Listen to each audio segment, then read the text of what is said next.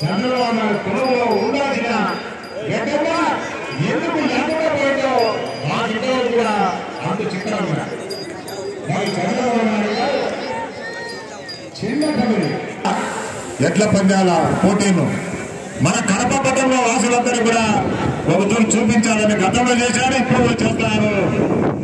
కాబట్టి దీన్ని మనందరూ కూడా రాబోయే కాలంలో ఇంకా పెద్ద ఎత్తున ఏదేమైనా సరే ఈ యొక్క కార్యక్రమాన్ని మరి శివారెడ్డి గారు బ్రహ్మాండంగా నిర్వహిస్తారు.